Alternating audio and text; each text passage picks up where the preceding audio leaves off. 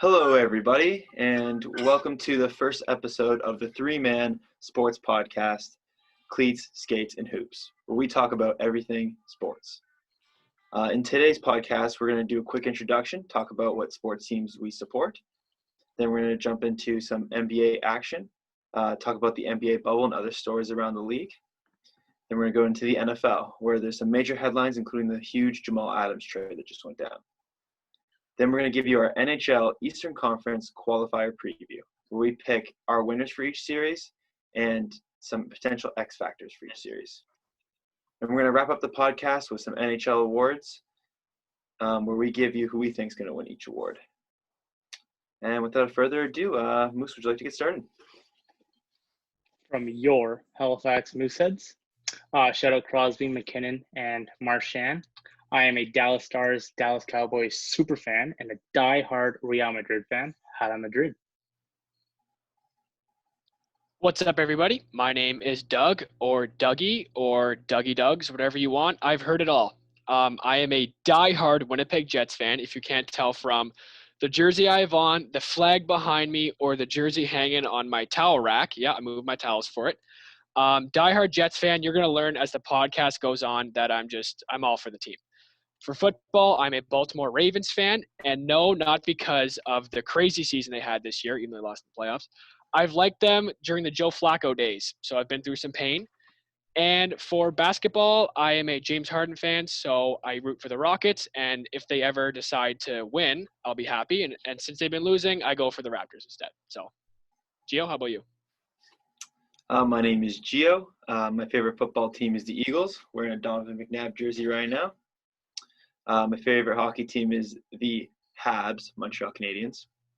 And my favorite basketball team is the Toronto Raptors, the Six. All right, with that being said, let's get into some NBA action. The NBA bubble has been in place for a while now. There's been no new cases in over a week, July 20th. Going into this bubble, did you guys think this was going to work, or did you think it was just going to be a huge slap in the face? Moose, how about you start us off? You know, at the start, I really did not like this. I thought sports should have been canceled. I thought, with this virus going around, we should not be doing this. But the NBA changed my mind. They really did. They have been so well at keeping their players safe. Doing daily checks and everything like that. Porzingis, for instance, he didn't do a daily temperature check. He couldn't play. So the NBA has actually really stepped up ensuring player safety and all that. And for that reason, I fully support it. I really hope the NHL and NFL follow their lead and have a good season, the rest of the season. I'm going to speak for all the sports fans around the world that we're happy that basketball, hockey, and football down the line is back, but I don't think this is a good idea. Obviously, I'm on board with it, but I don't think this is going to work, man. Like, with the global pandemic going on, it's a scary time, and sports are going to take us away from that for the time being, but there's still some craziness going on in the world. So let's just hope they get it under wraps, and let's just hope everyone stays safe and wears masks. Yeah, when it first started, I was a little concerned. The NBA bubble being in Orlando, which is Florida's the epicenter of the whole virus right now. So that's a little scary. But just like Moose said, they kind of have some strict rules in place, and it seems to have been working. There's been a few slip-ups along the way, a.k.a. Lou Williams.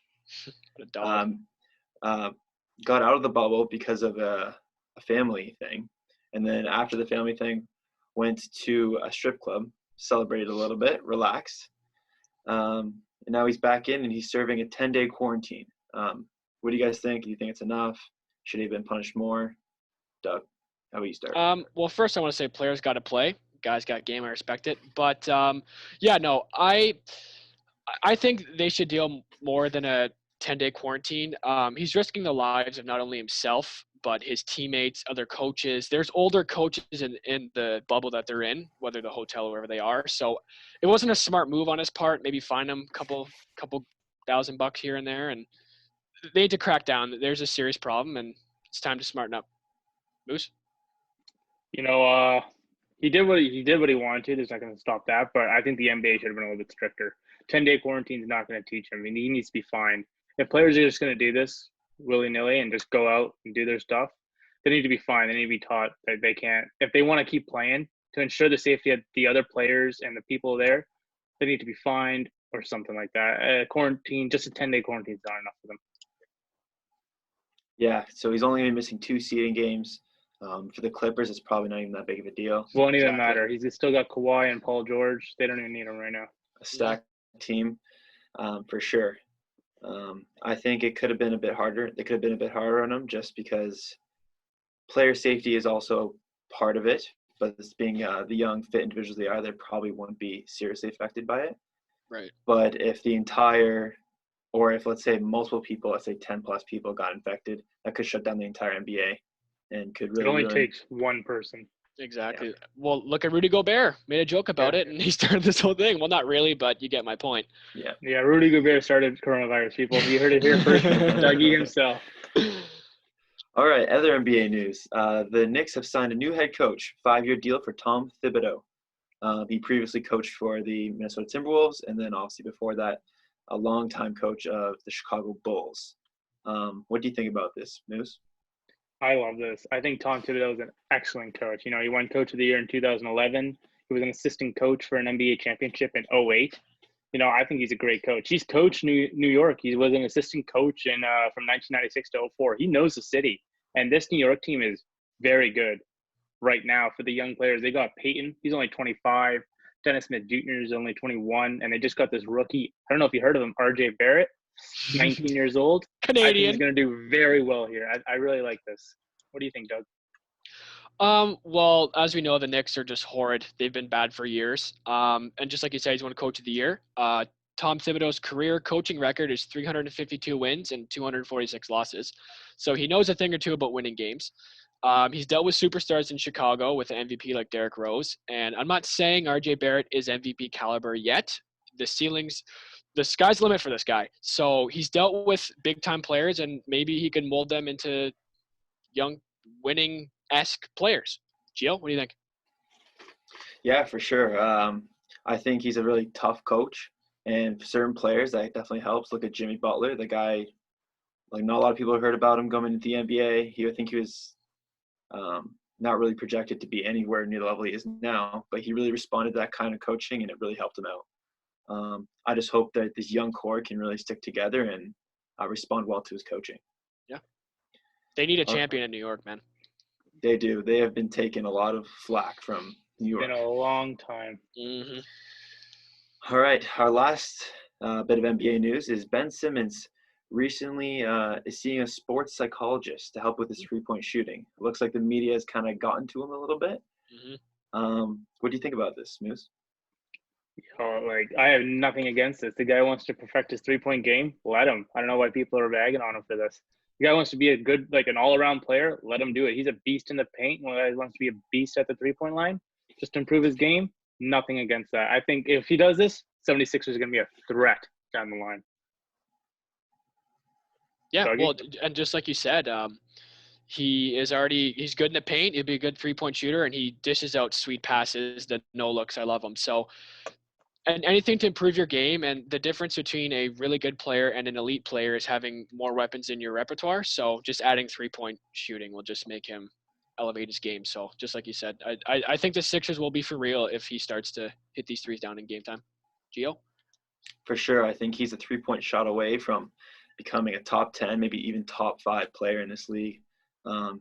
Obviously, whenever you have three-point shooting, it creates more space around the court. And for someone like him, he can slash and score or dish.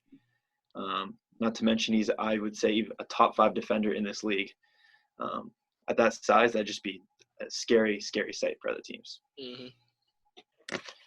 All right, NFL news. Obviously, the biggest headline right now is the huge Jamal Adams trade. There's a little bit of rift between him and the Jets, so they ended up sending him packing to the Seahawks. I'm sure he's okay with that. So the full trade is the Seahawks received Jamal Adams in a 2022 4th-round pick, while the Jets received safety Bradley McDougald, a 2021 first and 3rd-round pick, and a 2022 first-round pick. It's a massive trade, a lot to give up. Jamal Adams is a 2-time Pro Bowler, and last season he was also an All-Pro. I think it was a little bit much to give up for the Seahawks, but I think if the Seahawks either make the Super Bowl in the next couple of years or win the Super Bowl, I think they win that trade. I think for the Jets, it's the best possible scenario for them as well. Bradley McDougall's a great safety. Obviously not Jamal Adams caliber, but I think he can start for them. Doug, what do you think? Well, I just want to say first and foremost, what in God's name is happening in New York? We just got done trashing the Knicks, and now the Jets trade their freaking best player away. I mean, they got 2 first-round picks in starting safety, so they did get enough for him to, in the future, be good. But we've been saying that for how long now? Sam Darnold's been there a couple years, and they haven't been doing much. They still can't beat the Pats, so we'll see where that gets him. But for the Seahawks, I think this just shows they're in win-now mode. Their defense is already pretty good to begin with. Now Jamal Adams are becoming an elite team, and Russell Wilson's a gamer. He's a winner. He's a proven champion. So the 12th man's going to be buzzing after this one. I can't wait to hear that frickin' stadium go nuts when Jamal Adams shows up. Moose, what do you think? Seahawks beat the Eagles in the first round. Sorry, Gio. And then they lost to Green Bay in the second. They only got far as the second round. This Jamal Adams, I think, is wonderful for them. You have to give up a lot if you guys want to win. They have Wilson, Lockett, and Olsen in offense, and the defense they have Wagner, now Adams. I think they can make it to the NFC Championship. You might even go all the way and within 2 years. You got to give up to win. Yeah, for sure. They made it second round like last year, like you said, and they had a ton of injuries on their entire roster. So if they stay healthy, and now with Jamal Adams' addition, I think that could be huge. Some things I was seeing on Twitter is people kind of wanted to sign Jadeveon Clowney, because obviously not the same position, but could add a defensive presence for a little bit less. And there's been rumors that he wants $20 million per year, when the high safety right now is $14.6 million per year, which is adding Jackson. Jesus. So it could even get even worse financially for the Seahawks. Yeah. But I guess we'll see it's worth it in the future. For sure. Next, Chiefs guard Laurent Duvernay Tardif. Canadian guard. He's the first one to opt out of the NFL season. Obviously, we know he's a resident in Montreal. He's kind of trying to complete that, become a full-fledged doctor. Do you think it's a good idea? Do you think more people are going to follow his steps? What do you think, Moose? I think Roger Goodell has got to do something. He's got to say something to his players to ensure that their safety is going to be the number one top priority coming when the league starts again. Look at the NBA. They did all this stuff to ensure the players' safety, and I haven't heard the NFL say anything. With this, I think more people are going to start opting out until the NFL makes a statement of what they're going to do to ensure player safety and how they're going to do it. Dougie, what do you think? I think there more players are going to follow suit to what he's doing. He's becoming a doctor, for God's sake. So people are going to follow his suit. He might know what he's talking about. So I think what he's doing is smart. He's looking after himself. He's looking after his family, and I think people follow suit because, like I said, pandemic going on and scary times. Gio? Yeah, I think he knows what he's doing. I think more people are going to follow. Right now, the situation in the U.S. isn't looking that great. Cases are increasing, the curve is not really flattening. So I think a few more people will follow suit. I'd be interested to see how this next month plays out and see if what the NFL does or even the U.S. in terms of trying to stop this from spreading even more. Just wear masks, people. It's that simple. Wear your masks. For sure. All right. NHL now. Hey, let's go. Let's go. We're going to be doing our Eastern Conference qualifier preview. The first series that we are going to be talking about is Toronto versus Columbus. Not as many people might be interested in this. I think they might write off Columbus altogether, but I know all three of us are very interested in watching this. Moose, how about you get us started? What do you think about this series? I love this series, man. This is two polar opposite teams clashing together. And here's a little fun fact for you guys. For the first time in 4 seasons, the Leafs will enter the series as the favorite on paper. But here, guess what? They're still going to lose. No. They got Columbus winning this in 5 games. All right, you got to look at this. Yeah, Toronto's offense, best offense probably. The third in the league for goals against. They got Matthews, Marner, Tavares. All 3, 60 points or more, right? Then you have Nylander, 59 points. That's insane. Columbus, 28th best goals against per game, best goals for per game. You got Dubois only having 49 points in 70 games. Not as good. But then you look at the defense. It's the exact opposite. Columbus is third in best goals against per game with stud defensemen like Seth Jones and Zach Werenski. You put these two together, any matchup, and they defeat the Toronto defense. No debate on that. They're seventh in shots allowed per game, and Toronto is 19. You look at the goaltending. This also goes to Columbus. Merzlikis and Korpisalo have been star-stellar this year. They're ranking 5th and 15th, respectively, in goals against per average. You got Anderson over here at 34th. There's 31 teams in the NHL, and he's 34th. Something's wrong here. And Freddie, I know for a fact that he does not do well in playoffs. They lose. Yeah, they lose to Boston, but first-round exits, come on. I spoke to Bob McElliott. He's a radio play-by-play announcer for the Columbus Blue Jackets. He said, Columbus has got to play a tight, smothering defense style to slow down the speedy forwards. And they have to take away the cross-ice passes to disrupt Toronto's playmakers. I totally agree with this. If they play hardcore defense, I see Columbus winning this. What do you think, Doug? Well, for all the people I know where I'm from are all Maple Leaf fans, I'd love to tick them off and pick Columbus, but I can't. I have Leafs in 4 here.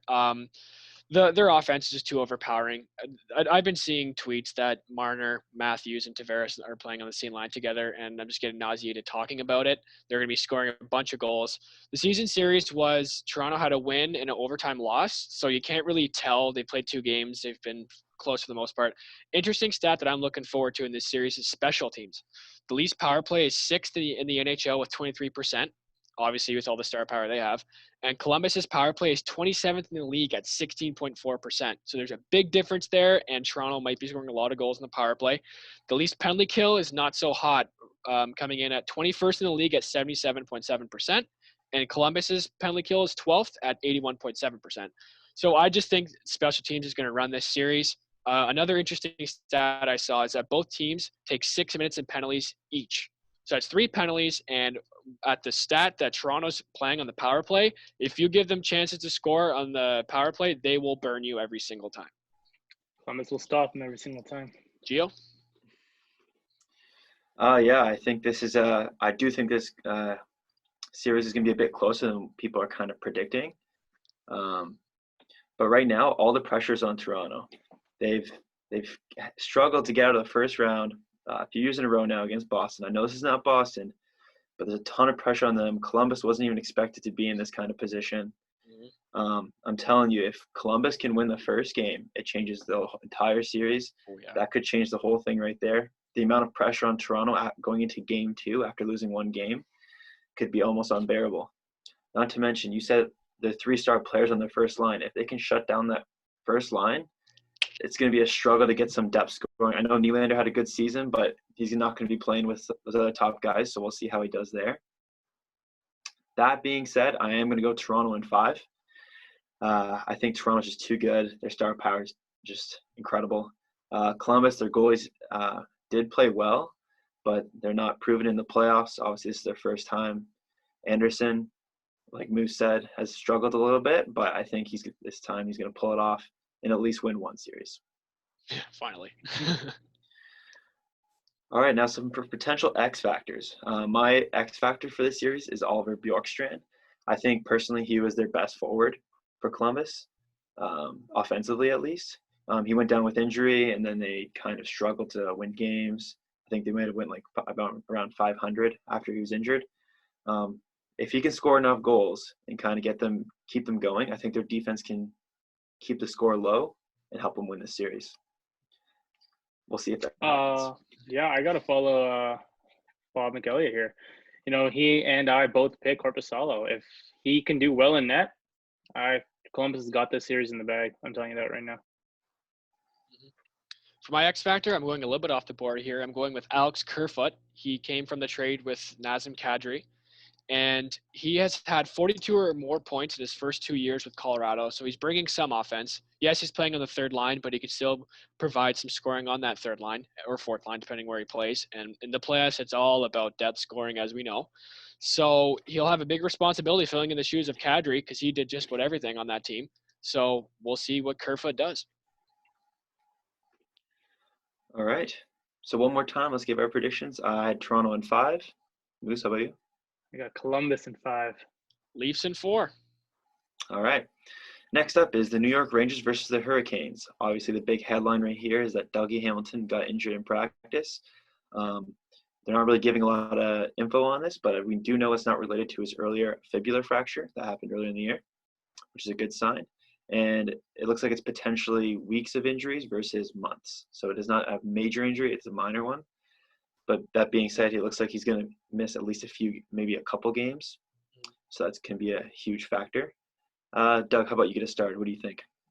Well, the season series points towards New York. They've swept them 4-0. I'm still going to pick Carolina in 5 games. Just like the Leafs series, the special teams is just like it's glaring to me. The Canes penalty kill is 84%. It's 4th in the NHL. And the Rangers PK is 77.5%, and they're 23rd in the league. So they got to stay out of the box because these teams can score. The Canes power play is 8th in the league at 22%, and the Rangers is 23%, 7th in the league. So they're the same on the power play-ish. They're tit for tat there, but on the penalty kill, it's a substantial difference. So that they need to stay disciplined, these teams, and it's going to be a close series. I think it's going to go back and forth. And a big thing for Carolina is that they all love their coach. And teams that don't like their coach, there's always feuds, there's egos, but they all love Rod Brindamore. They went to the conference final last year, and they might be a sleeper team again, man. Who knows? Moose? I got Rangers over here winning in 5 games. Look at their offense. You got Panarin, got 95 points, 32 goals, 63 assists in 69 games. Zibanejad having 75 points in 55 games. The Rangers dominated the offensive side coming to the game. They're 5th overall in the league for goals for per game. Carolina is not that far behind. They're 11th. They got Aho, Svechnikov, Teravainen, and Trocheck. But I got to give it to the Rangers on this one, man. Panarin, Zibanejad have just been red hot. When you look at the defense, I know Dougie Hamilton's out, but I still think Carolina's got a better defense. They're 11th in goals against per game, and they have a PK of 84%. They're sitting at the 4th in the league for penalty kill. Rangers are 23rd in goals against per game and 23rd in penalty kill. So it's a lot of defense coming in from Carolina's side. When you look at goaltending, I got to give this to the Rangers. Rangers have got 3 solid goaltenders in the back of the net. Carolina has Reimer and Mrazek. They're 20th and 22nd overall in goals against, right? But then you got 15-year Rangers veteran Henrik Lundqvist and a solid Alexander Georgiev, right? He's 30th in the season in save percentage and 44th in goals against. And don't forget Shesterkin. I know this guy played 12 games in the NHL. He went 10-2. He beat Colorado, Dallas, Toronto, Winnipeg, and Carolina.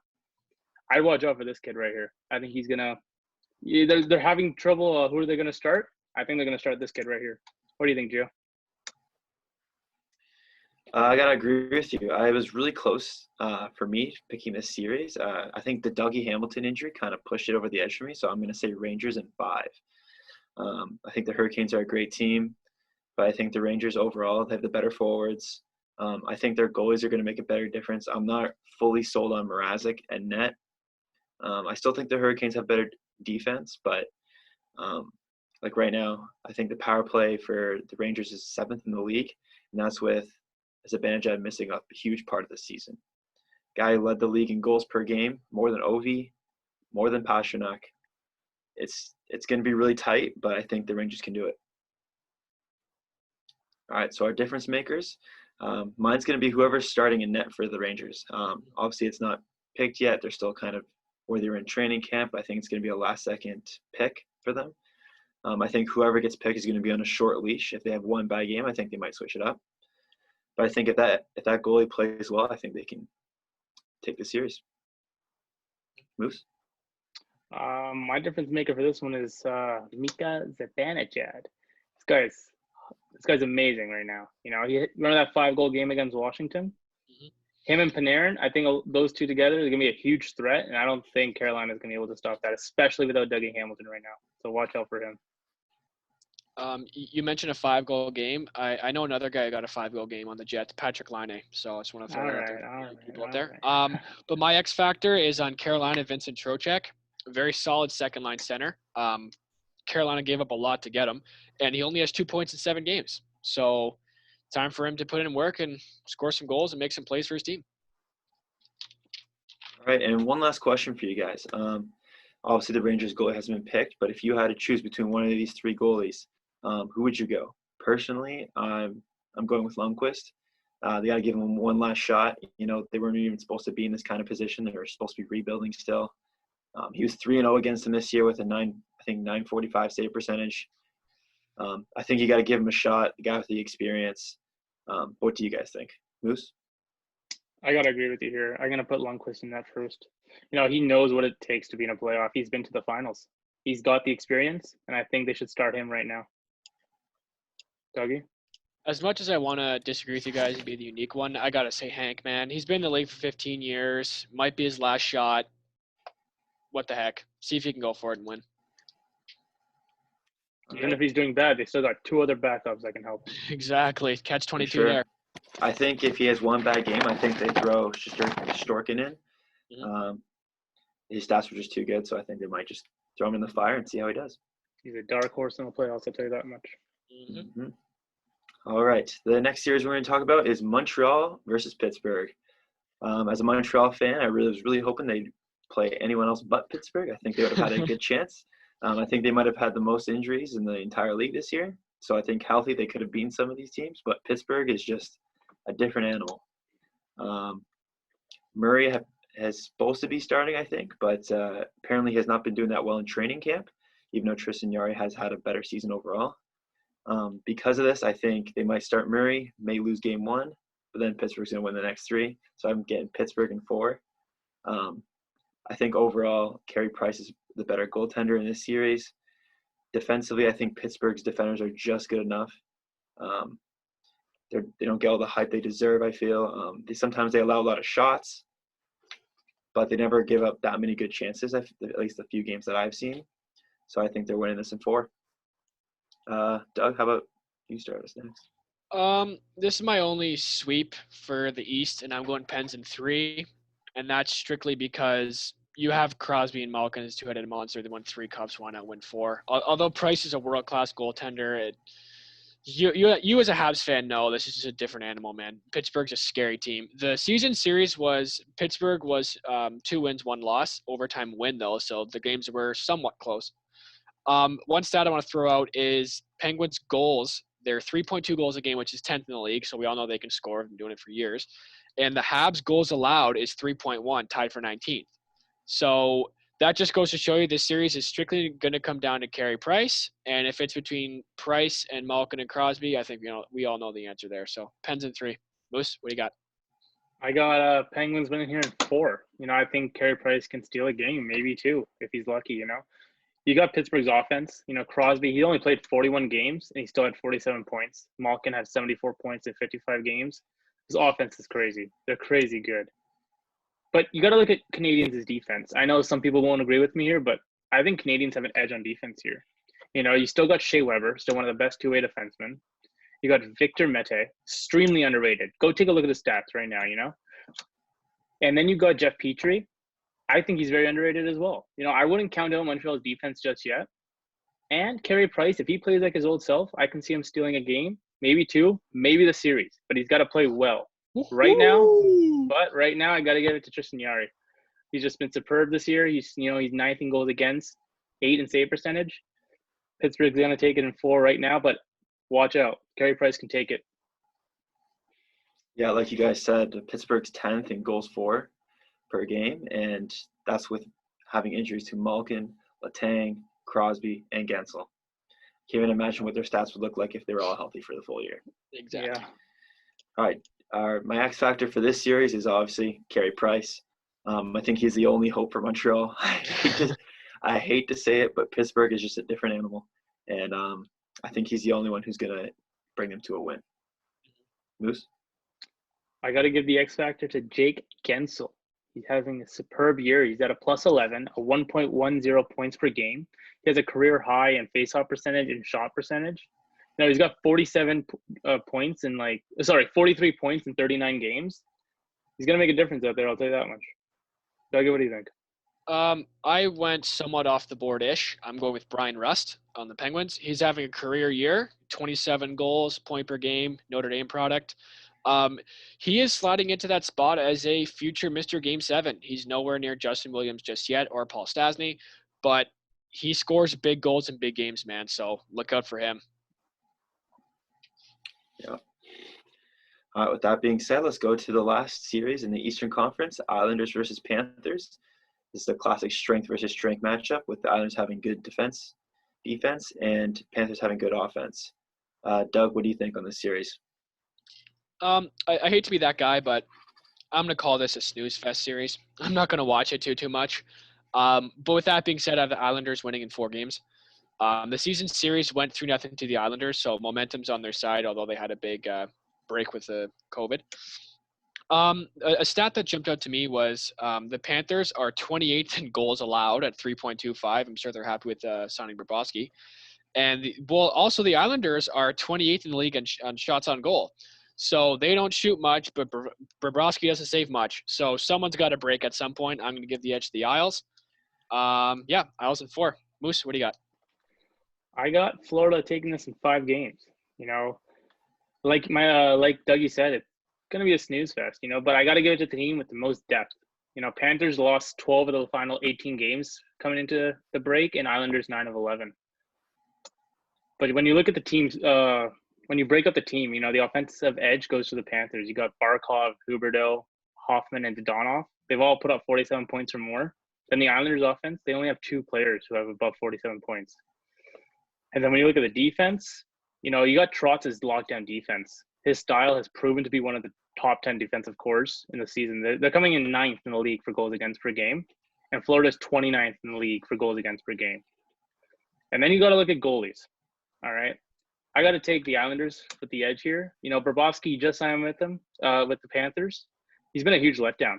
He's coming to playoffs with a 3.23 goals against and a 0.9 save percentage. Career lows for him. Yeah, he might be able to turn it off in playoffs, but this is just terrible for him. I got to give it to Islanders here. I think they're going to take it in 5. I'm going to go with the Panthers in 5 on this one. I think the NHL's cracked the Barry Trotz code.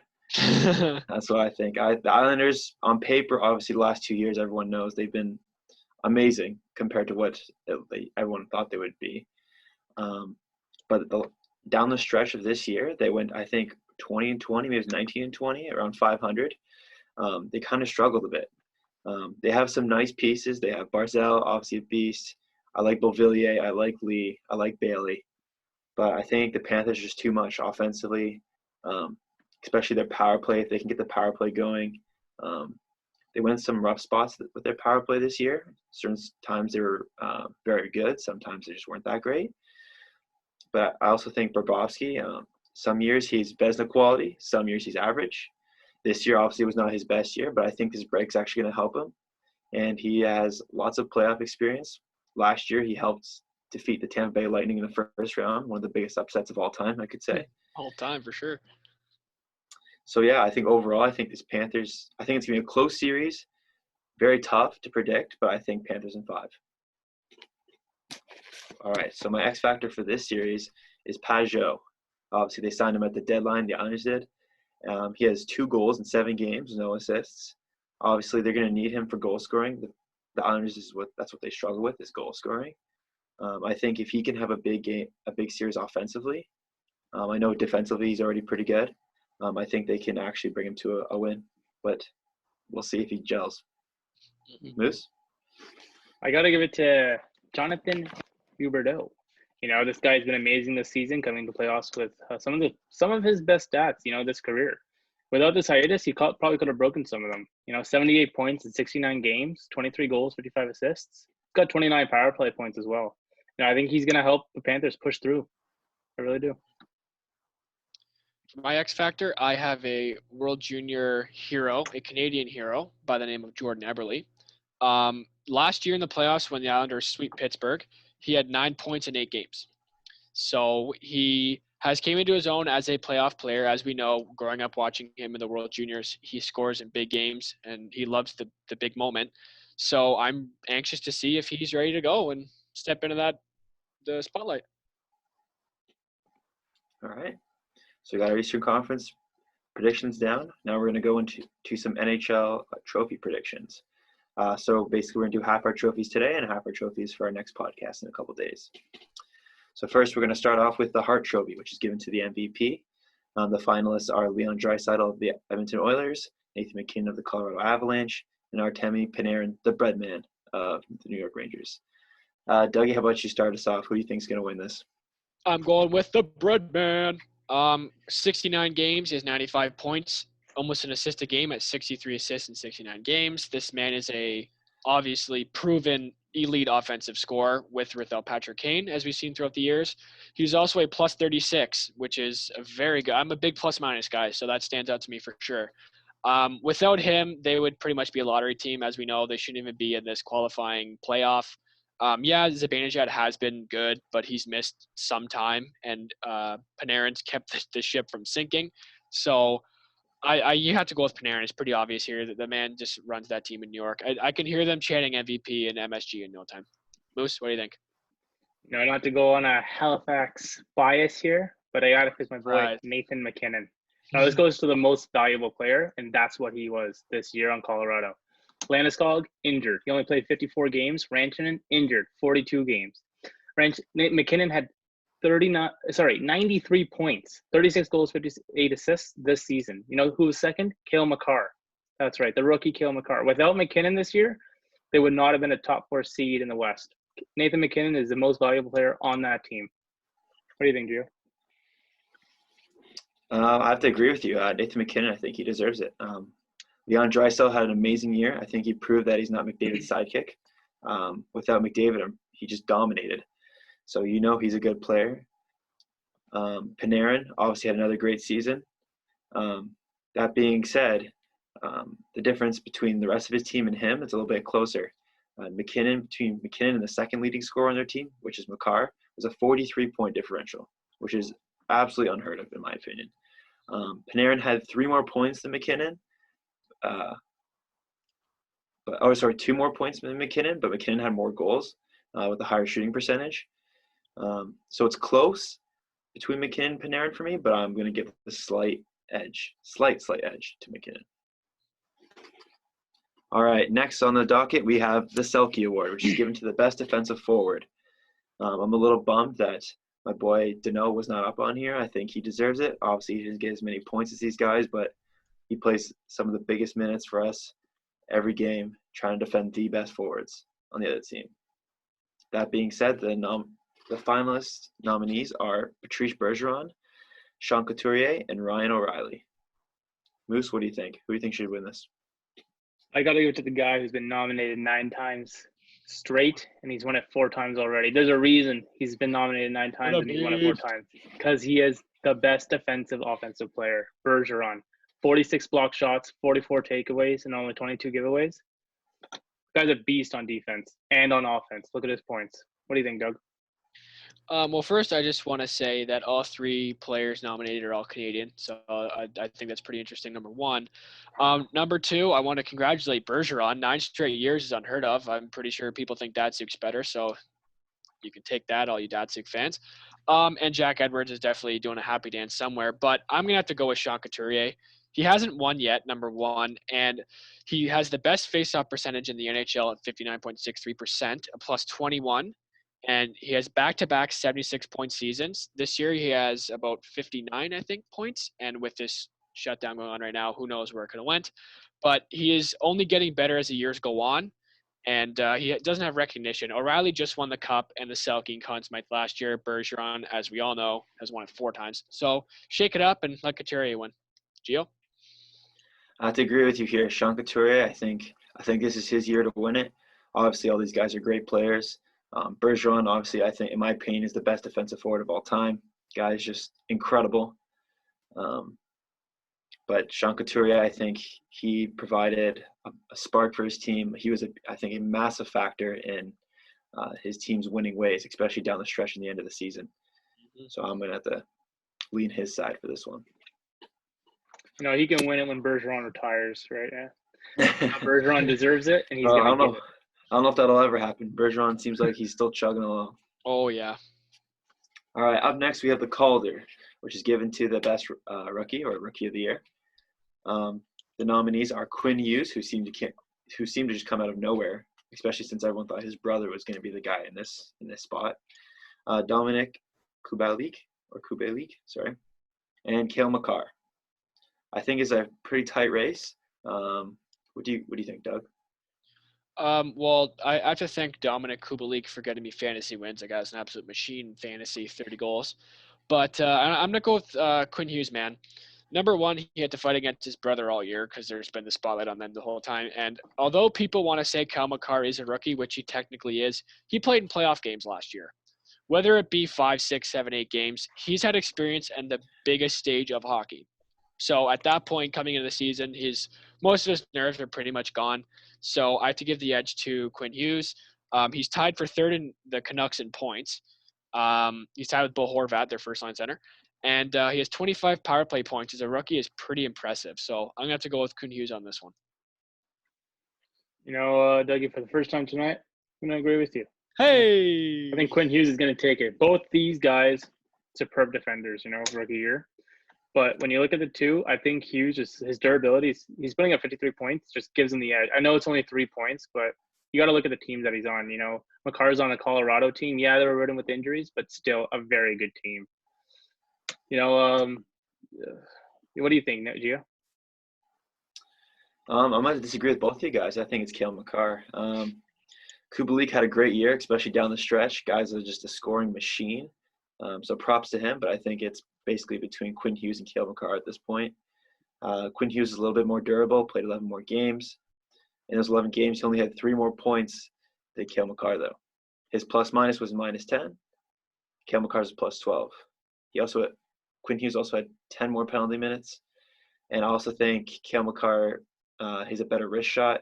He's a faster, better skater. I think he just has a slight edge, so I'm going to have to give it to him. All right, and our last trophy of the day, we're going to be talking about the Jack Adams, which is the Coach of the Year trophy. Which is bogus. Mike's a little disappointed. Bruce Cassidy from the Bruins, John Tortorella from the Blue Jackets, and Alain Vigneault from the Flyers were the 3 coaches nominated, or the finalists. My pick is John Tortorella. I think he's done the most with the least amount, basically. I did not have them going very far this year, Columbus. Before the season even started, I talked to Moose about it. I was half jokingly, half basically thinking I was telling the truth, that they were going to win about 20 games this year. I had no faith. They proved me wrong. I think John Tortorella has brought this team that obviously goal scoring is still an issue for them, but they really shut it down defensively. And I think he works well with these kind of teams. I think he's deserving the winner of this award. Doug, what do you think? Well, first I just want to say this entire award should be assessed. Paul Maurice should win it. No ifs, ands, or buts about it. The Jets are a lottery team without obviously Hellbuck playing well and Maurice coaching a system when they lost 4 of the starting defensemen. Yeah, I said that correctly. 4 starting defensemen they lost, and they're still somehow in the qualifying round. But besides the point, I'll be quiet.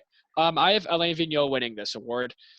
He's coached the Flyers to be second in the Metro. They're 1 point behind Washington since the season ended, so who knows how it would have transpired. This is their best season since 2018. They lost to the Pens in the first round, as we know. Jay Gensel had 4 goals.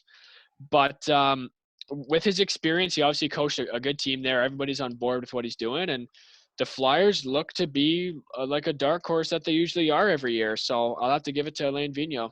Moose? I got to give it to Tortorella here. They lost Panarin, Bobrovsky, and Duchesne, and yet they're still in the playoffs. It's amazing what he's doing. Other than Werenski and Dubois, can you name any of the Blue Jackets' other top 5 scorers? No, you can't. He's done so good with this team. They came in as underdogs last season. They swept Tampa. They're underdogs again, and they're going to destroy Toronto. It's a big statement right there. Destroy Toronto. All right. Good thing it's on file. I agree with you, Doug, though. I do think Maurice should have been one of the finalists for this. I think he did a lot for that team. Obviously, losing that many players. Windsor strong, baby. Windsor guy, too. All right, up next, we're going to talk about the Arizona GM, John Chayka, about how he just left the Coyotes at a very strange time. Word on the street is that he got a very, very large offer from another team, and he decided to leave before playoffs even started. Basically, there was words that the Coyotes got asked by this team if they could talk to him, and then Chayka kind of convinced the Coyotes to let them talk to him and go through a contract discussion. He's still under contract for another 3 years, and he just up and left. So because of this, Coyotes have contacted Gary Bettman, and they want to have him rule on this and see if this is even something that they can even do. Moose, what do you think about this? I think it's absolutely terrible. What kind of GM just walks out on his team during the start of playoffs? What kind of message does this send to the players who are right now in Edmonton training for the playoffs? Does it shake a confidence? Like, does management not believe in them that much that he's just going to walk away like that? And like what Gio said, he has time on his contract. I think the league's going to be involved here, and what team's going to want a GM who's just willingly going to walk out on his team for some more money? Absolutely terrible. What do you think, Dougie? I just think it's a brainless move. Like you guys said, he's got years left on his contract, and they're in the playoffs right now. So not many people have them winning against Nashville. So God forbid you wait 2 weeks and you're done anyway, then you can walk out. Like, just wait out the playoffs, man. Like, he traded for Taylor Hall, who's probably going to walk out. Just got Phil Kessel, traded for Nick Schmaltz, and he just walks out. So did he blow this team up and he's foreshadowing this team's going to be bad in the future? I don't know. That's what I think. I think it's a dumb move, and all the moves he made don't seem to be looking pretty good. So tough times in Phoenix, Arizona. I agree. It's definitely questionable. There's obviously stuff that we don't know about. I think it's going to come out probably in the next coming weeks, especially if Arizona gets taken out of the playoffs. I'm just wondering what's happening, and I'm excited to see some more drama. All right, now we're going to go over to Moose. He's going to bring us into some soccer news. Yeah, there's some big news. Kylian Mbappe, the star youngster of PSG, he suffered a horrific ankle injury in the French Cup final. Medics are actually saying now he's going to be sidelined for 3 weeks. So he's going to miss the Champions League match against Atalanta and Serie A. This is PSG's year to reach the Champions League final. They had a very easy side of the bracket. This will be the first time to reach the final. They haven't even got past the quarterfinals. So, there's a lot of high hopes on PSG. Mbappe was their top scorer and assister in the Champions League, but now it falls onto Icardi and Neymar. Can these guys step up? Neymar, we know he chokes sometimes. He did very good in the MSN era, but right now, can he do it? One man shouldn't be a factor on a soccer team, but the guy's a FIFA World Cup winner at the age of 19. He's a big factor for PSG, and I just don't know if they can do it without him. What do you guys think, Gio? Yeah, I think this is a big loss. I think Atalanta is extremely underrated. I think they have the most goals scored in the entire Serie A, and it's not even that close. I think they're kind of the Ajax of this season, where they can make a run. And even before Mbappe was injured, I think it was going to be close. I think it was going to be kind of a shootout. And now I'm a little doubtful that PSG can pull this off. I actually think Atalanta might pull off the upset in this one. Let's go an Italian team. I'm all for it. Dougie, what do you think? Just like you said, Moose, it's going to fall on Icardi and Neymar's shoulders, man. Like, they're proven goal scorers in big games, and let's just hope that they can help out their team. And a quick little shout out to Neymar. He acted and star guested in the show Money Heist on Netflix. You guys should watch that. It's a great show. So I'm rooting for Neymar because I loved Money Heist, and I hope they can win. All right. Well, I want to thank everyone for listening. I've been Moose. I'm Gio. I'm Dougie. And this was Cleats, Skates, and Hoops. Next time, we're going to talk more sports news. NFL Top 100, what we think was really good and really bad. Also, we're going to cover Western Conference Series, cover the rest of the NHL awards, also Stanley Cup predictions. Don't forget to follow us on Twitter and Instagram and YouTube. See you later, guys. See ya. Go Jets.